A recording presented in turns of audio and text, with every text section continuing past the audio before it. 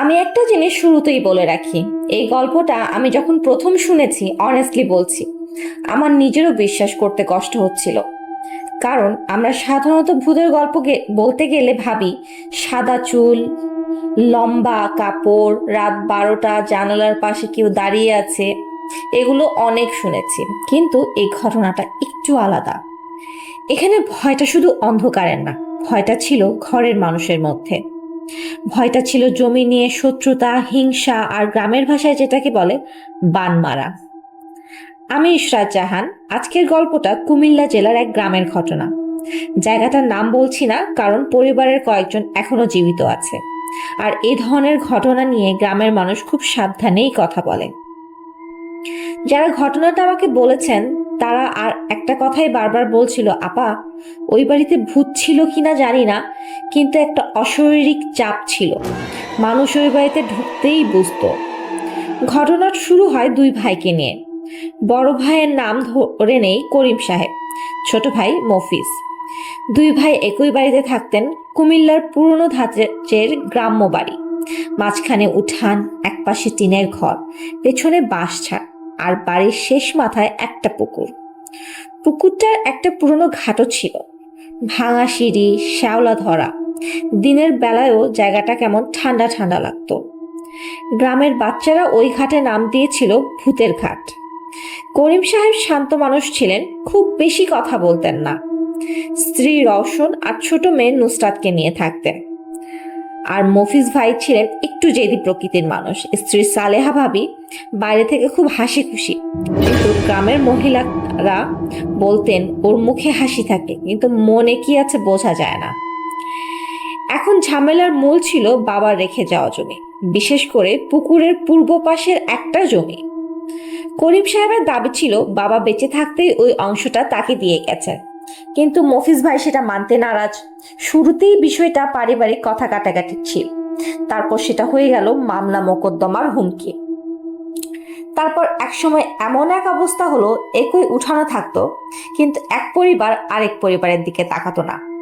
একদিন বিকালে মাগরিবের আজানের একটু আগে উঠানের সবার সামনে মফিজ ভাই রাগের মাথায় করিম ভাইকে বললেন, তুই জমি রাখ, কিন্তু শান্তি রাখবি কিভাবে সেটা দেখিস। এই কথা তখন সবাই সাধারণ রাগের কথাই ভেবেছিল, কিন্তু ওই রাত থেকে করিম সাহেবের বাড়িতে অদ্ভুত ঘটনা ঘটতে শুরু করলো। প্রথম রাত, রওশন আপা ঘুমাচ্ছিলেন, পাশে নুসরাত। হঠাৎ গভীর রাতে তিনি শুনলেন কেউ একজন পুকুর ঘাটের দিক থেকে ডাকছে, নুসরাত, ও নুসরাত। গলাটা খুবই নরম, কিন্তু খুব আপন কেউ ডাকছে। রওশন আপা প্রথমে ভাবলেন স্বপ্ন দেখছি, কিন্তু কিছুক্ষণ পর আবার ডাক এলো, নুসরাত, বাইরে আয় মা। এবার তার বুকটা কেঁপে উঠল, কারণ নুসরাত তো তার পাশেই ঘুমিয়ে। তিনি করিম সাহেবকে ধাক্কা দিয়ে তুললেন। করিম সাহেব দরজার কাছে গিয়ে কান পাতলেন। বাড়িতে কোনো শব্দ নেই, শুধু পুকুরের পানি একটু করে নড়ছে। রাতের বেলা গ্রামের যে নিস্তব্ধতা থাকে সেটা তো আপনারা জানেন, একটা পাতা নড়লেও বোঝা যায়। ঠিক তখন দরজায় 3টা টোকা পড়ল, টক টক টক। করিম সাহেব বললেন, কে? কোনো উত্তর নেই। তারপর আবার সেই গলা, দরজা খোলেন, আমি ভিজে গেছি। এই জায়গাটায় রওশন আপা ভয় পেয়ে গেল, কারণ গলাটা এবার আর আগের মতো ছিল না। আগে ছিল মিষ্টি, আর এবার মনে হলো ঘরের ভেতরে কেমন যেন কাকড় ঘষা শব্দ। করিম সাহেব দরজা খুলতে যাচ্ছিলেন, রওশন আপা হাত চেপে ধরলেন। তিনি শুধু বললেন, দরজা খুলবেন না। সেই রাতে তারা আর ঘুমাননি। ভোরে দরজা খুলে দেখেন দরজার সামনে কাদার মধ্যে একটা গোল চিহ্ন আঁকা, আর মাঝখানে 3 টুকরা কালো সুতা, একটা শুকনা লেবু, আর কিছু চুলের মতো জিনিস।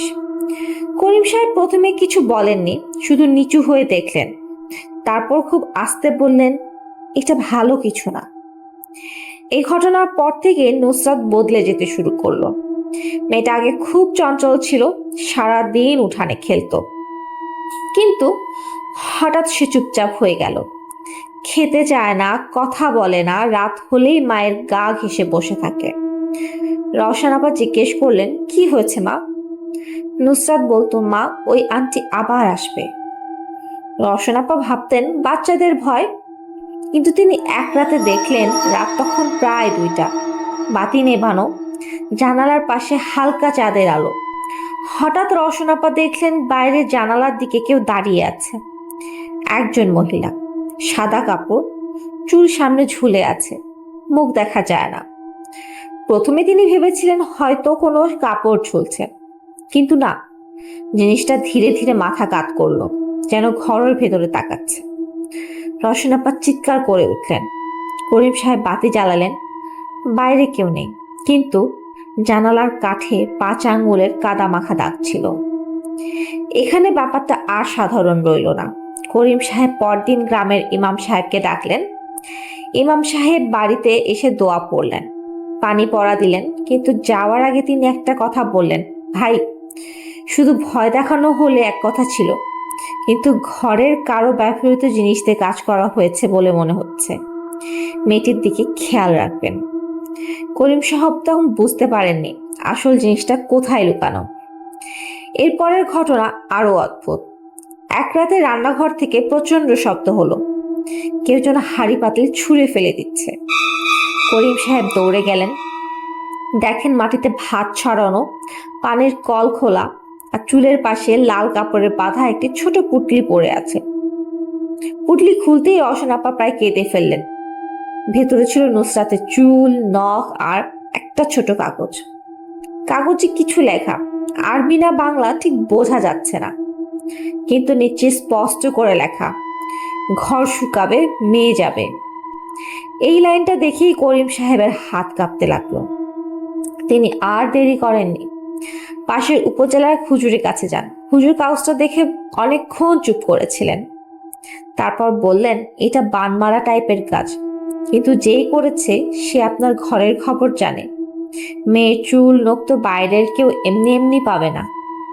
এই কথা শুনে করিম সাহেবের মাথায় একটাই নাম আসে, সালেহা। কারণ কয়েকদিন আগে সালেহা ভাবি নুসরাতকে ডেকে নিয়ে গিয়ে মাথায় তেল দিয়েছিল, নাকি খুব আদর করে বলেছিল, চুলটা কত সুন্দর হয়েছে মা। করিম সাহেব কাউকে কিছু বললেন না, কিন্তু সেদিন থেকে তিনি রাত জেগে পাহারা দিতে শুরু করলেন। 3য় রাত, আকাশে চাঁদ নেই, চারিদিকে ঘুটঘুটে অন্ধকার, শুধু বাঁশঝাড়ের বাতাসে লাগলে যেন শো শো একটা শব্দ করছে।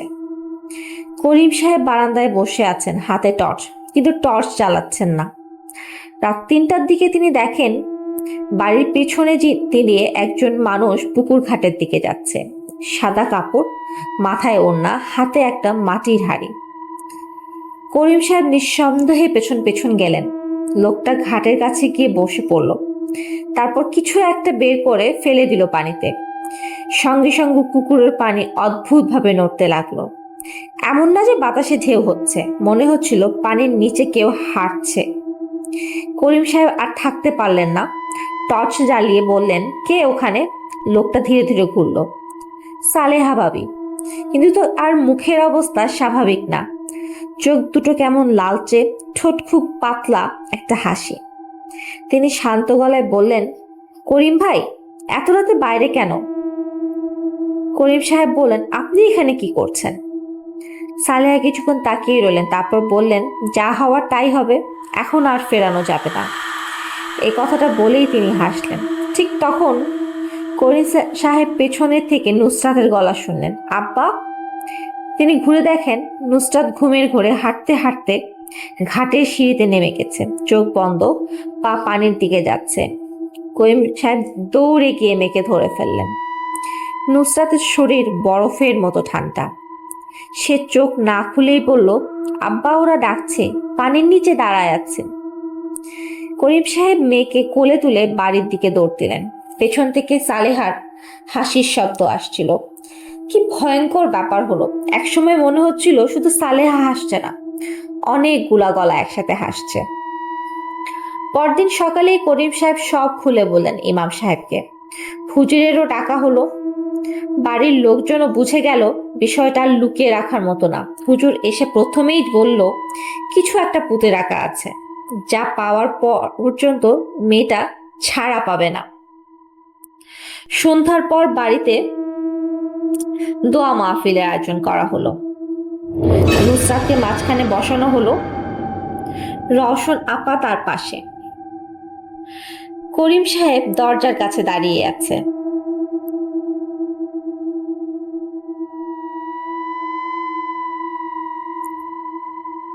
কিছু একটা পুঁথে রাখা আছে। রাত বাড়তে লাগলো। হঠাৎ সময় বাতিটা নিভে গেল। এটা জানি লোডশেডিং ছিল কিনা কেউ জানে না, কিন্তু আশ্চর্যের বিষয় পুরো গ্রাম আলোতে, শুধু করিম সাহেবের ঘরটা অন্ধকার। ঘরের ভেতরে বাতাস ভারী হয়ে গেল। নুসরাত হঠাৎ কাঁপতে শুরু করলো। তারপর সে নিজের গলায় না, একদম অন্য একটা গলায় বলল, এই ঘর ছাড়বো না। রওশন আপা কেঁদে উঠলেন। হুজুর জোরে জোরে দোয়া পড়তে লাগলেন। তারপর করিম সাহেবকে বললেন, বাঁশঝাড়ের গোড়ায় খুঁজেন, পেছনের দিকটা। কয়েকজন লণ্ঠন নিয়ে বাঁশঝাড়ের কাছে গেল। মাটি খুঁড়তে একটা কাপড়ে মোড়া জিনিস বের হলো। খুলে দেখা গেল একটা মাটির পুতুল। পুতুলটায় নুসরাতের পুরানো জামার কাপড়, বুকের মধ্যে 3টা সুই গাঁথা, মাথায় কালো সুতা পেঁচানো। রওশন আপা সেটা দেখে বসে পড়লেন। তিনি শুধু বলেছিলেন, আমার মেয়ের কি দোষ ছিল? হুজুর পুতুলটা উঠান থেকে এনে দোয়া পড়ে আগুনে পোড়াতে বললেন। আগুন ধরতেই পাশের ঘর থেকে ভয়ঙ্কর চিৎকার। সবাই দৌড়ে গেল। সালেহা ভাবি মাটিতে পড়ে ছটফট করছেন, মুখ দিয়ে ফেনা বের হচ্ছে। তিনি নিজের চুল টানছেন আর চিৎকার করছেন, পোড়াস না, পোড়াস না, ওরা ছাড়বে না। মফিজ ভাই পুরাই হতবাক। তিনি বারবার বলছিলেন, সালেহা তুই কি করছিস? তুই কি কিছু করেছিস? কিন্তু সালেহা কোনো উত্তর দিচ্ছিল না, শুধু পুকুর ঘাটের দিকে তাকিয়ে বলেছিল, ওরা টাকা নিয়েছে, কাজ শেষ না করলে ছাড়বে না। পুতুলটা যখন পুড়ে ছাই হয়ে গেল, ঠিক তখন নুসরাতের অজ্ঞান হয়ে পড়ল। আর আশ্চর্যের বিষয়, বাড়ির বাতি ঠিক তখনই জ্বলে উঠল। দূরে ফজরের আজান শুরু হলো। সেই রাতের পর নুসরাত আস্তে আস্তে ভালো হতে থাকে। রাতে আর কেউ ডাকতো না। জানালার বাইরে আর সেই সাদা কাপড় পরা মহিলা দাঁড়াতো না। দরজার সামনে আর কাদা পাওয়া যেত না। কিন্তু সালেহা ভাবি আর আগের মতো হননি। গ্রামের মানুষ বলতো, তিনি মাঝরাতে একা একা পুকুর ঘাটে গিয়ে বসে থাকতেন, কারো সঙ্গে কথা বলতেন, কিন্তু সেখানে কেউ থাকতো না। কেউ কাছে গেলে বলতেন, চুপ, ওরা শুনতেছে। কয়েক মাস পর মফিজ ভাই সেই বাড়ি ছেড়ে চলে যান। জমির কথাও আর কখনো তোলেননি। করিম সাহেব পেছনের ঘাটটা বন্ধ করে দেন। ভাঙা সিঁড়ির উপর ইট সিমেন্ট দিয়ে ঢেকে দেন, যাতে কেউ আর ওই ঘাটে নামতে না পারে। কিন্তু গল্পটা এখানেই শেষ না। অনেক বছর পর নুসরাতের বিয়ের আগের রাতে সে হঠাৎ তার মাকে বলল, মা, আমি কাল রাতে স্বপ্নে ওই ঘাট দেখেছি। রওশন আপা ভয়ে জিজ্ঞেস করলেন, কি দেখেছিস? নুসরাত বলল, পানির নিচে অনেক মানুষ দাঁড়িয়ে ছিল, আর তাদের মাঝে সালিহা চাচি। উনি বললেন, আমি পারিনি, কিন্তু ওরা ভুলে যায় না। রওশন আপা সেই রাতে কোরআন খতমের ব্যবস্থা করেন। আর বিয়ের পর নুসরাত আর কখনোই ওই বাড়িতে রাত কাটায়নি। আজও নাকি ওই গ্রামের বয়স্ক মানুষরা রাতের বেলা ওই পুকুর পাড় এড়িয়ে চলে, কারণ তাদের কথায় মানুষ যখন হিংসায় অন্ধ হয়ে যায়, তখন সে আরেকজনের ক্ষতি করে না, নিজের ঘরেও এমন একটা দরজা খুলে ফেলে যেটা পরে আর বন্ধ করা যায় না। আর ওই ঘাট, লোকজন বলে গভীর রাতে কেউ ওই বন্ধ ঘাটের পাশ দিয়ে যায়, মাঝে মাঝে মাটির নিচ থেকে এক মিষ্টি গলা ভেসে আসে, নুসরাত দরজা খোল। কিন্তু একটা কথা মনে রাখবেন, সব ডাকের উত্তর দিতে নেই। কিছু ডাক মানুষ দেয় না। আমি ইশরাত জাহান, আপনারা শুনছিলেন ভূতের ঘাট।